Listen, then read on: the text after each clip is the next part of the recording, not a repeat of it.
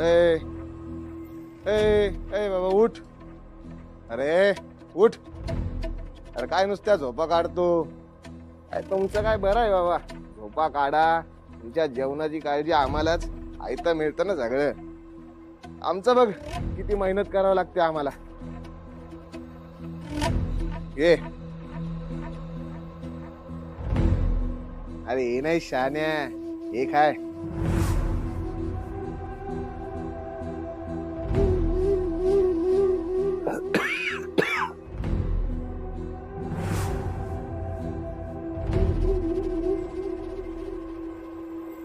हे असलं तेलकट खात नाही रे बाबा मी. हे सोड. हे दुसरं. तुझ्या या सगळ्या इच्छा पूर्ण करायसाठी बजेट नाही रे आपल्याजवळ. काशा शेटने जो बजेट दिलाय ना त्यात हे असंच तेलकट मळकट असंच खायला मिळणार. खायचं असेल तर खा नाही तर मर उपाशी.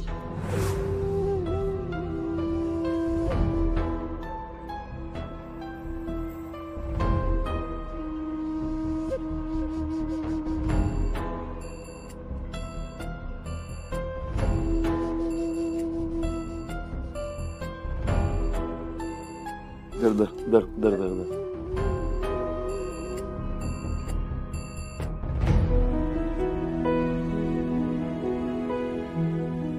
मुक्ता शिंदे नगरकर विजयी.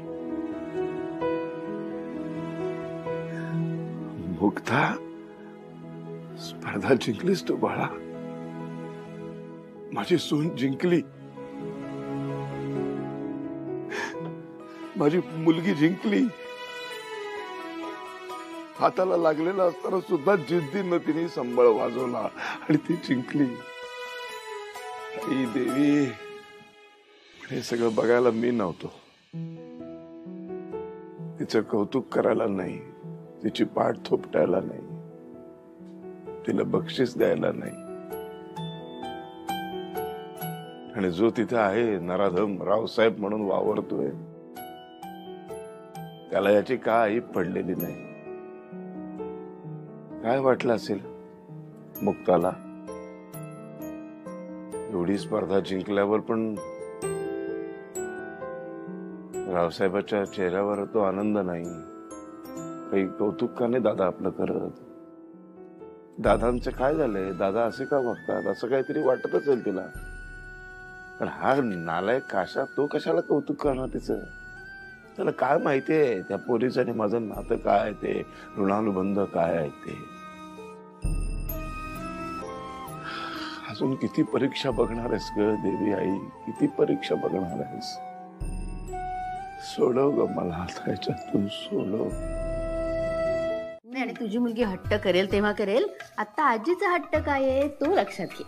समजलं का. तुझी आई अलो नातवंडाची वाट बघतीय. हा आणि तुम्ही पतवंडाची नाही बघत आहात.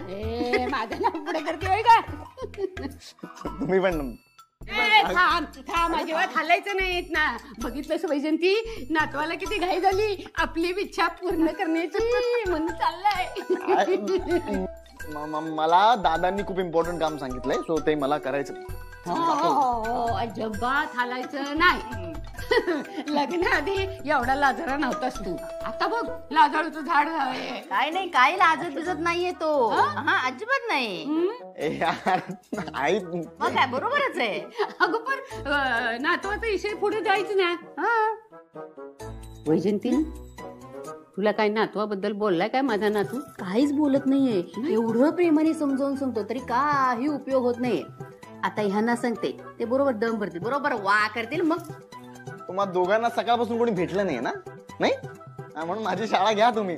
मला काम आहे. मी जातो. बाय. हे बाबा एक काम तर करशील माझं. हे कपडे तरी बदल. जरा दुसरे बरे धुतलेले कपडे दे. किती दिवस झाले माहित नाही दुर्गंधी यायला लागले. आंघोळ नाही केली मी. काय नखरे तुझे. तुला पहिलेच सांगितलंय काशा शेटनी ना लय कमी बजेट दिलाय. हे बाईच्या पलीकडे नखरे चालणार नाहीत. वास येतोय आणि दुर्गंधी येते. हे होतंय ते होतंय. तुझे कपडे आहेत ना. तुझे कपडे काशा शेट घेऊन गेले. हा पण त्यांचे 2 जोड आहेत ते घाल.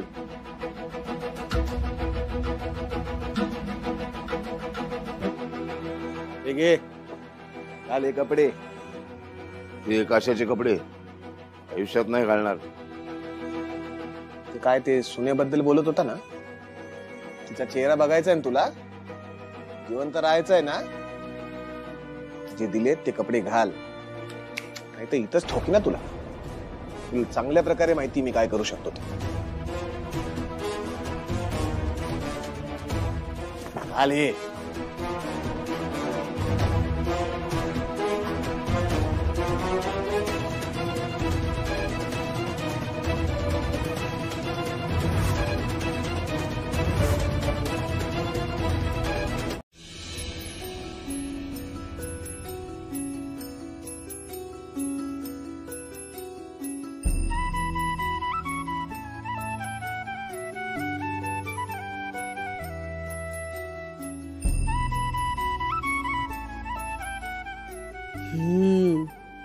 ह्यांचं असं चाललंय तर म्हणून आर्याचा तिळपापड झाला. काय करेल ही बिचारी.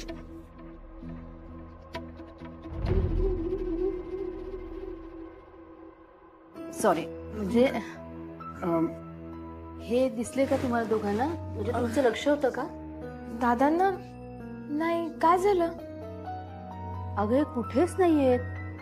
कुठे जातात कुणास ठाऊक, सांगू नाही जात नाहीत. या आधी असं कधी केलेलं नाही अगं त्यांनी. आई आई आई आई आई रिलॅक्स रिलॅक्स, तू पॅनिक होऊ नकोस, मी बघतो. बघता आलो. कुठे जात असताना काही कळतच नाही मला. मोठी आई नका काळजी करू, हे गेलेत ना, बघतील.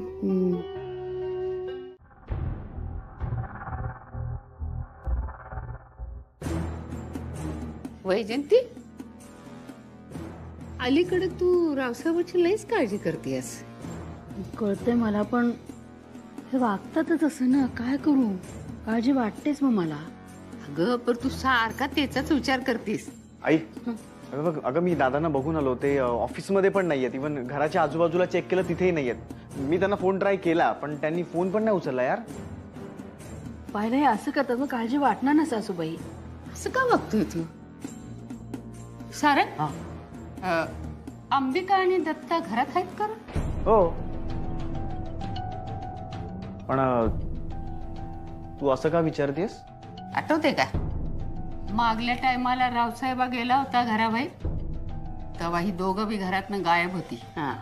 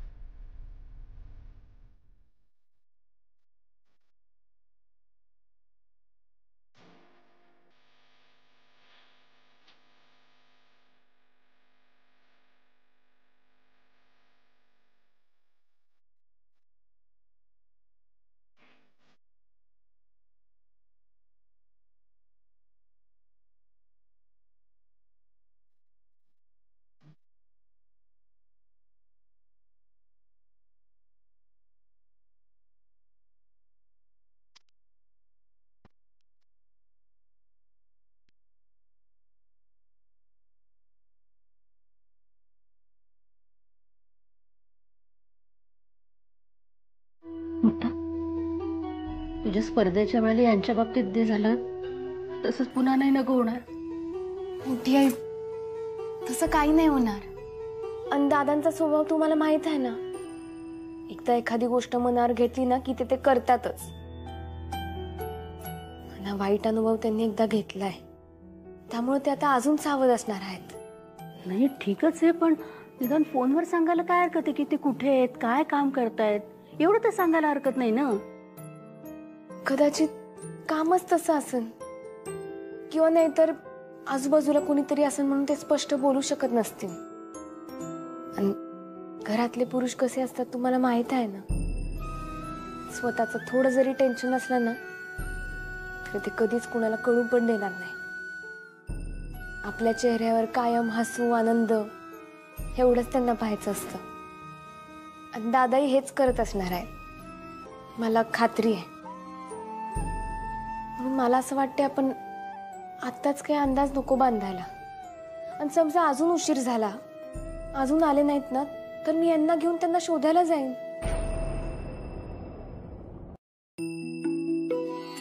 आता खरं तर आहे तशीच आहे परिस्थिती, काहीच बदललेली नाहीये. पण तुझ्या शब्दाने इतका धीर आलाय मला. आता तू जसं मला समजवलंय, जसे शब्द वापरलेस ना, आता मी तसंच्या तसं जाऊन सासूबाईंना समजवते. त्यांना पण टेन्शन आलंय ग, धीर येईल त्यांना पण जरा. आरतीचं ताट हे कोणासाठी? सज्जन स्वभावाच्या साधू माणूस असलेल्या रावसाहेब नगरकरांची आरती करायची आहे ना, त्यांना ओवाळायचंय. त्यांचं स्वागत नको का करायला? हा, कुठे आहेत नगरकर? कुठे आहेत नगरकर? ओ नगरकर, या सगळे खाली या जरा, स्वागताची तयारी करायची आहे ना. नगरकर,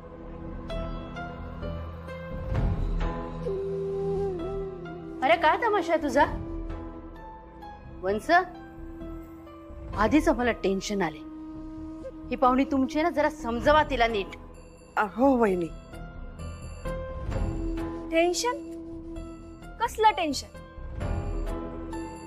अच्छा, रावसाहेबांचं टेन्शन आले. काही काळजी करू नका, कारण ते कुठे आणि कशासाठी गेलेत ना, चांगलं समजलंय मला. आर्या, कोड्यात बोलू नकोस.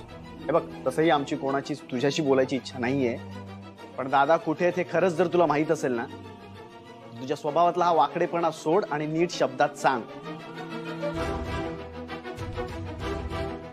सारंग, मी ना सगळं सरळच सांगितलं असतं, पण काय ना, मी जर सगळं काही सांगायला गेले ना, तुम्हा सगळ्यांना ना चक्कर येईल.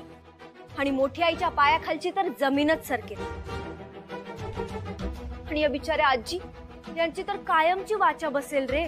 म्हणून विचार करतेय सगळं खरं सांगायचं की नाही. आर्या, तोंडाला येईल ते बोलू नकोस. या घरातल्या लोकांशी नीट बोलायचं. हो, एकदम बरोबर आहे तुमचं मुक्तादेवी. या घरातली माणसं एकदम साधी सोशिक आहेत, त्यांच्याशी एकदम नीट बोललं पाहिजे. आणि रावसाहेब, अरे बापरे, त्यांच्यासाठी तर पायघड्याच घातल्या पाहिजे.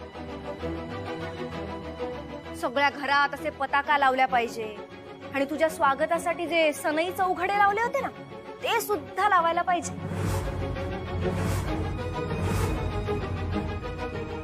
असं काय बोलते?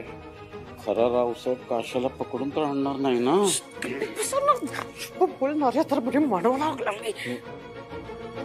भाऊ काका, अहो तुम्ही अजून इथेच उभे आहात? तुमचे बंधू महान काम करून येणार आहेत. जा जरा बँडवाल्यांना बोलून आणा. आर्या, बस झालं आता. सांगायचं असं तर सरळ सांग, नाही तर निघून गेलीस तरी चालेल.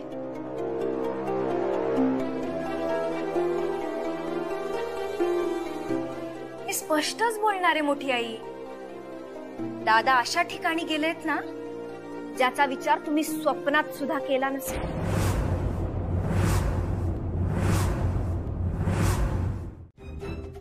माझा दादा, मी म्हटलं होतं ना, माझा दादा गुणी आहे. हो.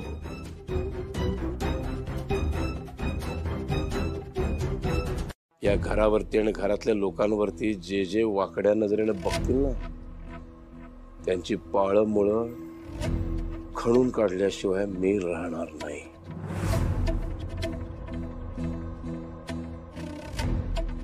आणि समाजातल्या अशा गुंडांना पकडायचं तर दलदलीमध्ये चिखलामध्ये उतरावंच लागतं. थोडासा चिखल आपल्याला लागणार, याची तयारी असावी लागते. म्हणून मी तिथे गेलो होतो, म्हणून मी हे सोंग घेतलं होतं.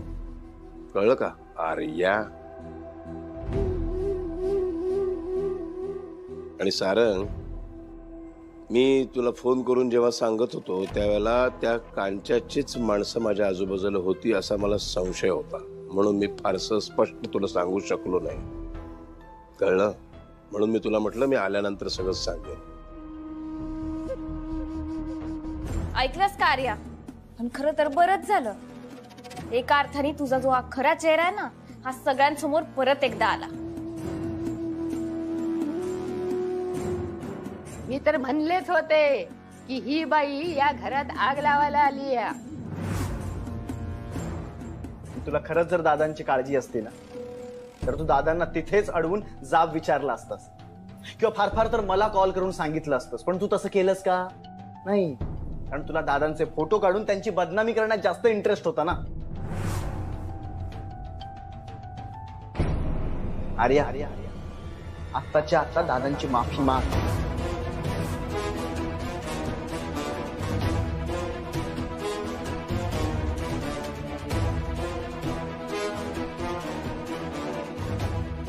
केवढी मोठी चूक केली आहे माहितीये का तुला?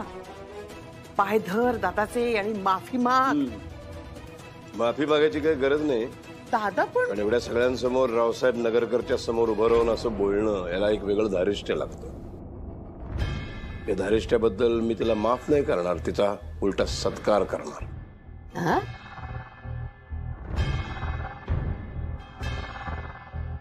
अंबिका, ही तुझी पाहुणी आहे ना? हो दादा. तुझ्यामुळं ही पुन्हा या घरात आली ना? हो दादा. हिचा यथोचित पाहुणचार झाला पाहिजे आणि सत्कार झाला पाहिजे.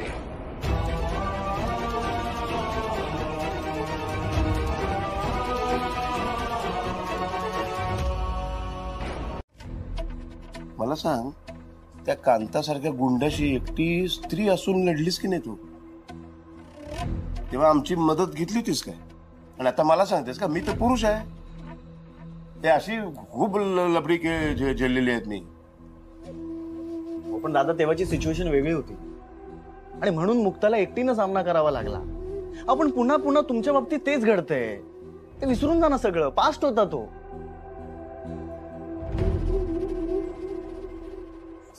सॉरी दादा. आय नो मी थोडा इरिटेट झालोय. दादा, तुमची खूप काळजी वाटते मला. प्लीज समजून घ्या ना.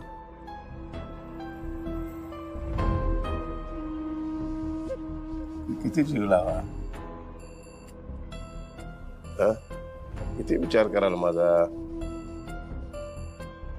ठीक आहे, एक काम करतो, पुढच्या वेळेला असा प्रसंग येईल तेव्हा तुम्हाला दोघांनाही मी आधी नक्कीच सांगेन. चला, येतो मी.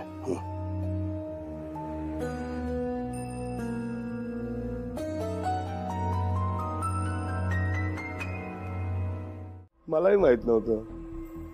आता किडनॅप केलं ना मला त्या गुंडांनी, तेव्हा माझ्याच कला माझ्या लक्षात आल्या अचानक. म्हणजे सुटण्यासाठी जो संघर्ष केलाय ना मी तिथे त्या गुंडांच्या बरोबर, तेव्हा काय काय नाही केले मी तिथे. गायलोय काय, नाचलोय काय, काय वाटेल ते केलंय सगळं. तेव्हा माझं मलाच असं एकदम वाटायचं, अरे च्या हे मला येतं, अरे च्या हे पण मला येतं. असं झालं ते. काय म्हणतात ना ते, संकट शोधाची जननी असते, तसं झालं. बरं बघ, आता ना मी खूप थकलोय. हा, उद्या सगळं सांगेन तुला. झोपू मी जरा आता. कपडे बदलून झोपणार आहे. ते सगळं राहू दे, तुम्ही आधी खाऊन घ्या. हे घे, थोडं तरी जेवा. नाही नको, अन्नदाता सुखी भव. घेऊन जा. नक्की नको? नाही ना. बरं हे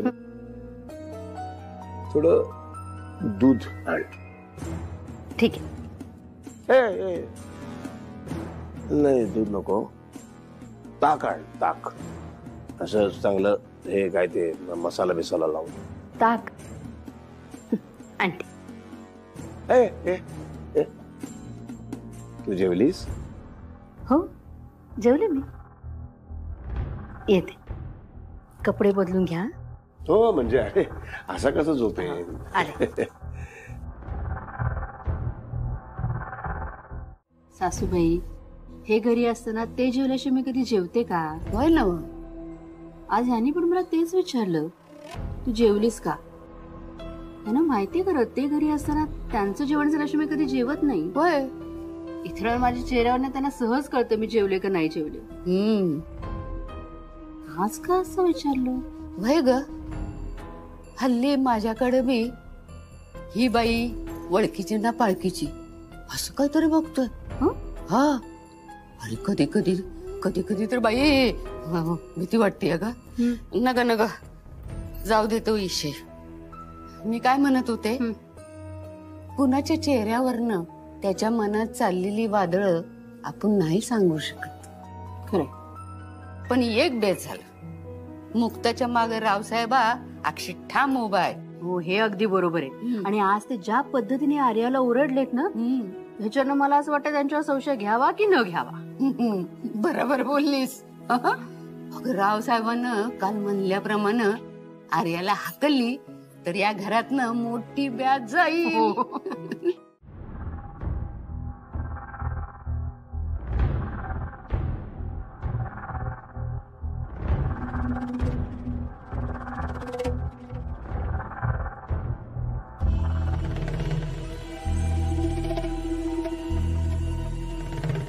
आता मला थांबवायची गरज नाही. ज्यावेळेस माझा अपमान झाला, मला घराबाहेर काढलं, त्यावेळेस मला वाटलं ऍटलीस्ट तू तरी दादांसमोर माझी बाजू घेऊन बोलशील, किमान निरोपाचे पाठिंब्याचे 2 शब्द बोलशील. पण नाही रे, तूही त्यांच्यासारखाच निघालास. तुम्ही सगळे ना एकाच माळ्याचे मणी आहात. असो, हे बघ युवराज, मला साथ देणारा, आपुलकी दाखवणारा मित्र हवा होता, बॅग उचलणारा हमाल नाही. जाऊ दे मला. आर्या इकडे. युवराज काय? तुझा माझ्यावरचा राग मी समजू शकतो. तुझा असा अपमान करून तुला घरातून बाहेर काढताना, तुझ्यावर अन्याय होताना मी शांत राहिलो, कारण माझी कोणी दखल घेतली असती. आर्या, सध्या माझ्या बोलण्याला या घरात किंमत नाहीये. माझ्या मताला तर लांबच राहिलं. पण तू काळजी करू नकोस. मी तुला प्रॉमिस करतो, तो दिवस लांब नाहीये जेव्हा माझ्या प्रत्येक गोष्टीला, माझ्या प्रत्येक बोलण्याला किंमत असेल. माझं मत टाळण्याची हिंमत स्वतः दादा सुद्धा करणार नाही. आणि त्या दिवशी हा युवराज नगरकर तुला सन्मानाने या वाड्यात आणेल आणि तुझा मान परत मिळवून देईल. खरंच युवराज? यातला एक आणि एक शब्द खरा आहे. हे बघ आर्या, मी सध्या सगळ्यांसमोर तुला उघड उघड सपोर्ट करत नाहीये, कारण मला आपल्या दुश्मनांना सावध करायचं नाही अजिबात. समजते ना?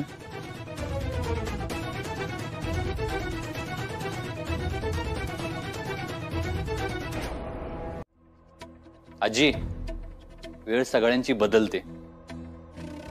जया पण गेली ना घरातून बाहेर, लक्षात ठेव, तुझी ही वेळ बदलेल. आर्याच्या आणि जयाच्या जाण्यामध्ये खूप मोठा फरक आहे. आर्या गेली तिनं स्वतः निर्माण केलेल्या खड्ड्यात, आणि जया निघाली यशाच्या शिखरावरती आयुष्य बदलायला. फरक आहे, कळलं ना? आर्याचे दिवस फिरलेत आणि जयाचे बदललेत. फरक आहे. आणि आर्याचे दिवस फिरलेत म्हणून अतीव दुःख झालेल्या युवराज बाळा, तुझेही दिवस फिरायला तर वेळ लागणार नाही. असे तुझे दिवस फिरवून टाकीन ना मी, की पुन्हा घराकडचा रस्ताच सापडणार नाही तुला. भरकटत राहशील, कळलं ना? तेव्हा शिस्तीत राहायचं. माझ्या डोक्यात जाऊ नको तू आता. सॉरी दादा. निघ निघ.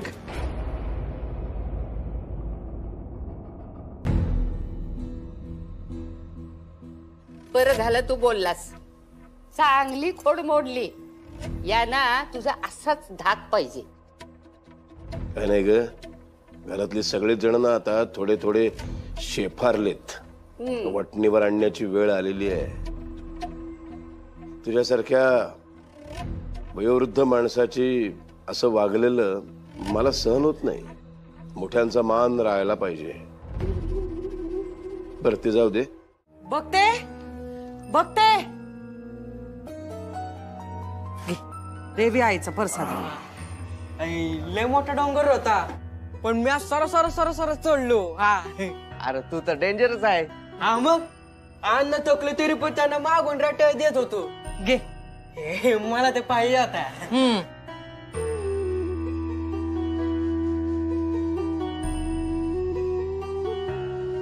बघते हा बरं वाटत आहे ना तुला? हा हा बरं वाटत आहे. नेमकं आम्हाला जावं लागलं आणि तुझ्याकडे पाहिला पण कोणी नाही. अगं नाही हे होते ना.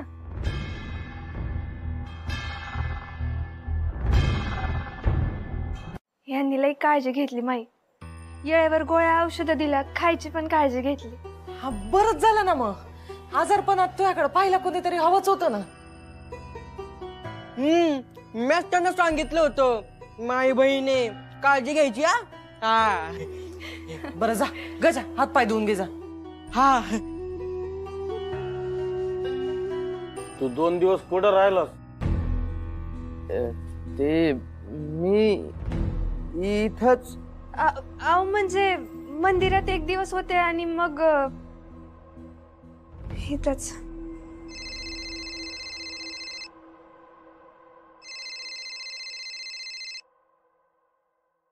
मुक्ताच आहे. घ्या ना मग. हा मुक्ता बोल. मी दादांना मुलींसाठी संबळ शिकवण्यासाठी क्लास घ्यायचे म्हणाले होते आणि त्यासाठी एक संस्था काढण्याबद्दल परवानगी मागितली होती. त्यांनी होकार दिलाय. हे तर लय भारी काम झालं गाड्या. आणि शिक्षक म्हणून तुम्हाला आणि भाऊ काकांना सगळी कामं पाहिजेत. काय वय आणि एवढंच नाही, संस्थेचे मुख्य म्हणून तुम्हाला सगळी कामं पण पाहिजे. मुक्ता बाळा तुझे आभार कसे मानू मी सांग.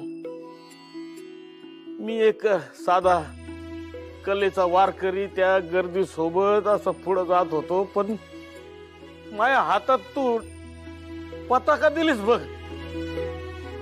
खरच आता वारी पावणार माई. बरं अण्णा आपण ना लवकरच काम सुरू करूया.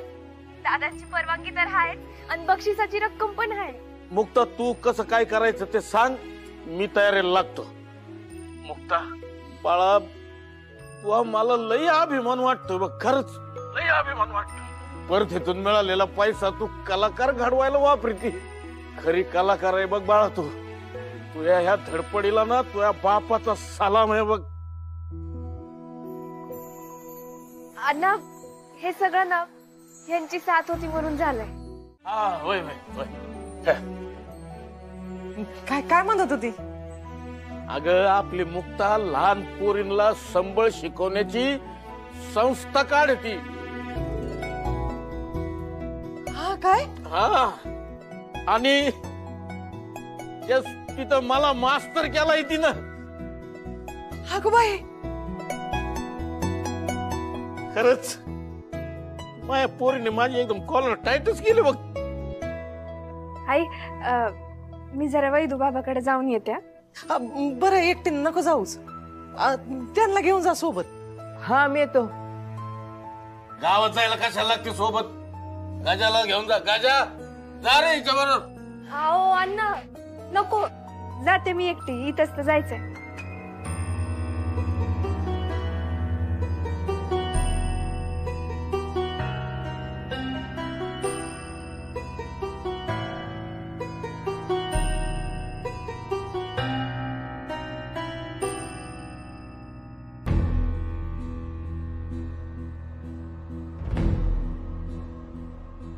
आणि इकडे मी दिलते.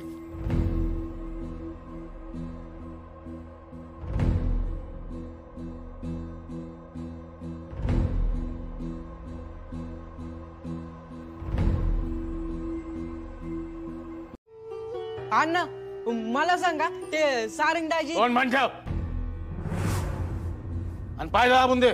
नुसती बडबड बडबड बडबड बडबड.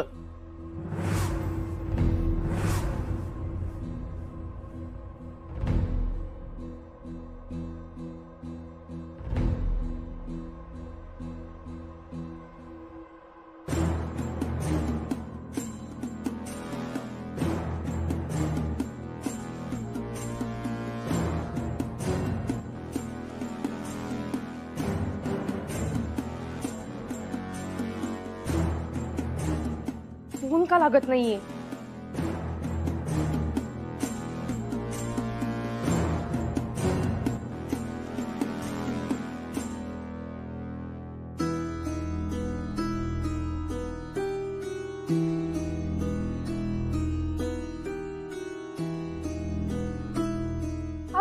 कुठे गेले सगळे?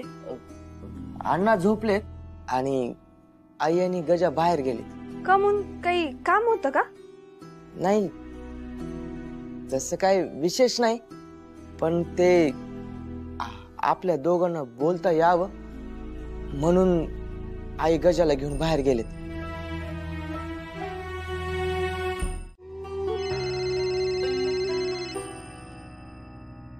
हा तेजू, झालं का कॉल? काय निरोप मिळाला तुला? हो झालं माझं बोलणं. मी काय सांगते ते नीट ऐक हा. माझी बहीण जाऊन आली त्याच्या घरी आणि तिला शेजाऱ्यांकडून समजलं की ऋषीला पाहायला मुलीकडचे आले होते. त्याच्या घरी लग्नाच्या हालचाली चालू आहेत आणि त्यासाठीच तो गावी गेलाय.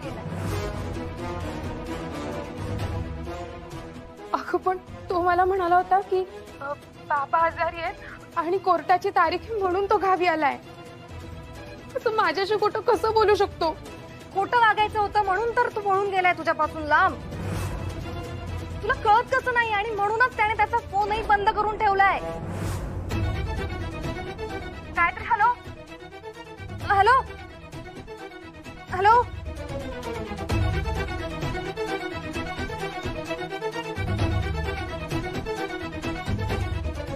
काय करू मी? असं कसं होऊ शकतं माझ्या बरोबर?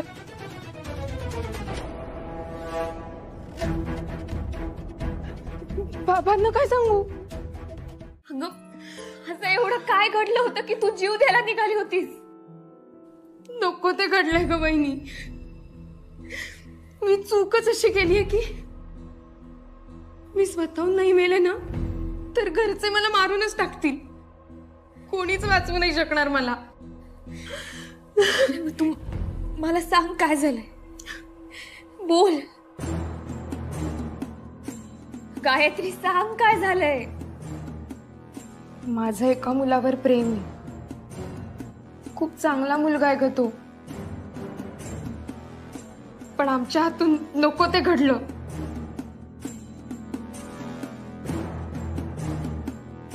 आणि काय मला दिवस गेले.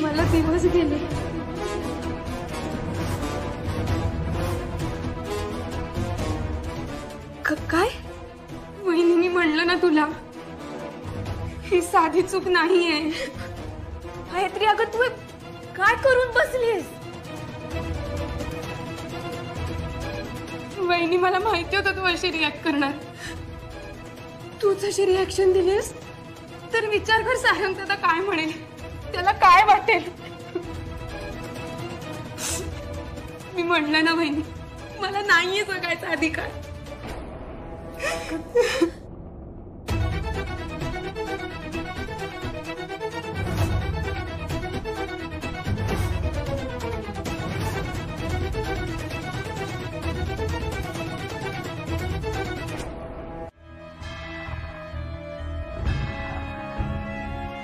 मी सुद्धा हेच म्हणेन की माझी बहीण असं कसं काय वागू शकते.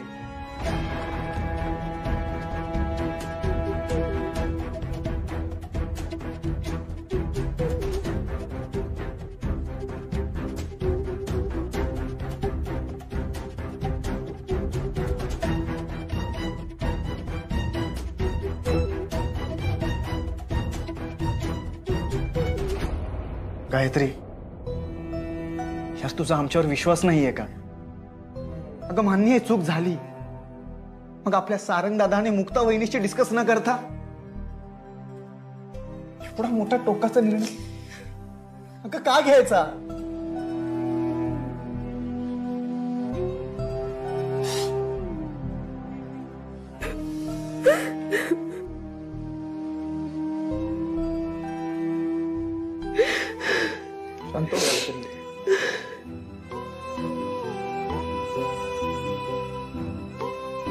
गायत्री, एक कान देऊ नाही.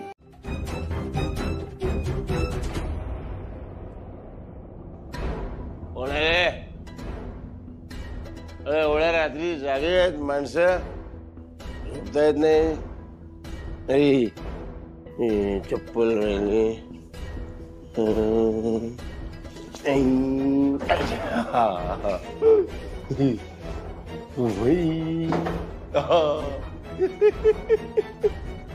पण नाही बघितलं. कोण आहे?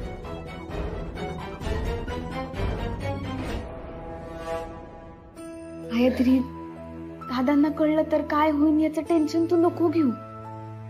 सगळे तुझीच माणसं आहेत, सगळे तुला समजून घेतील. चूक कुणाकडून होत नाही अगं. चूक झाली म्हणून जीव घ्यायचा हा उपाय कधीच नसू शकतो. हे बघ, दादांना कधी आणि कसं सांगायचं ना ते आपण ठरवू. तू टेन्शन नको घेऊस. चल, तू आमच्या रूम मध्ये चल, शांत झोप, कसला विचार न करता.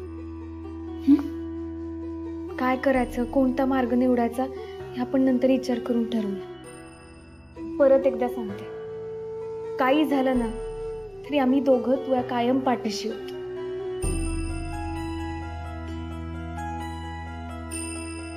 चल ये.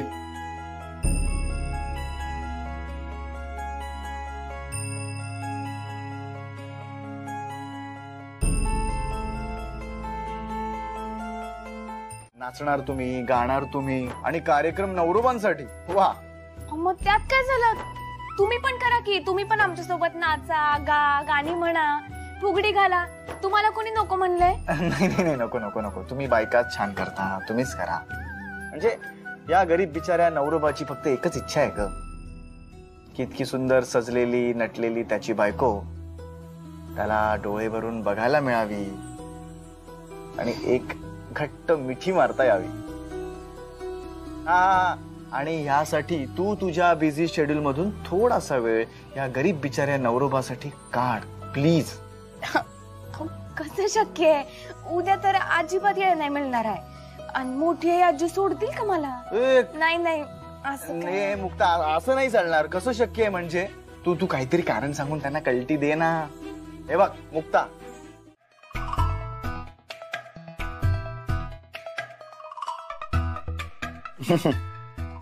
मुक्ता, लक्षात आहे ना, रेडी झाल्यावर सगळ्यात आधी मला बघायचंय. कसं शक्य मला माहित नाही. कसं शक्य? काय कान गोष्टी करायची वेळ ही नाही चालले? नाही नाही, काही कान गोष्टी नाही चालल्यात. कान गोष्टी चालल्यात का आपल्या? गुजी गोष्टी चालल्या. गुज्या गोष्टी पण नाही चालल्यात. कशाला तू टाइमपास करते? चल, तू कुठे निघालास तिच्या बरोबर? मी रूम पर्यंत सोडून येतो ना तिला. का रे, रस्त्यात ट्रॅफिक जाम आहे, तिला तिचं जाता येत नाही, जाईल किती? तू जाग तयार व्हायला.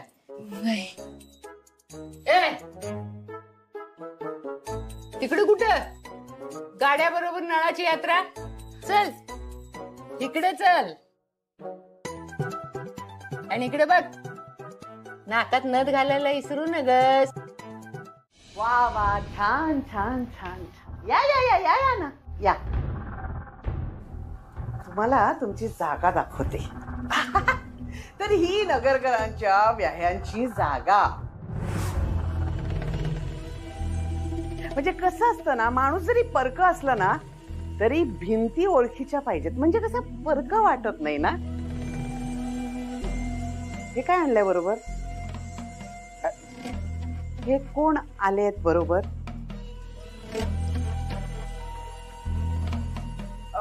भक्तीचा नवरा?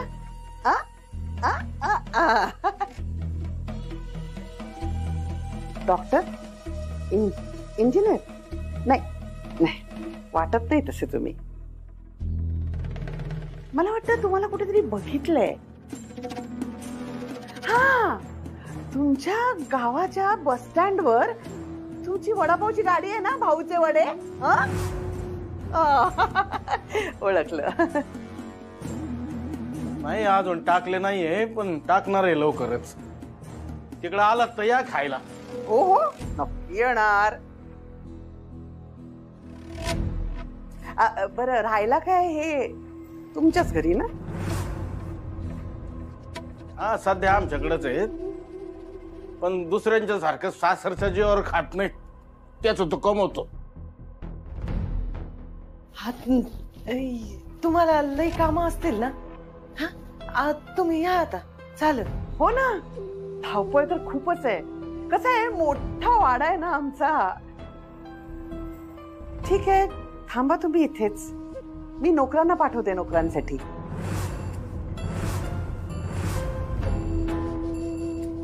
सॉरी, तुमच्यासाठी. काय आहे, तुमची जागा हीच आहे ना. तुम्ही ते राहायचं कपकी.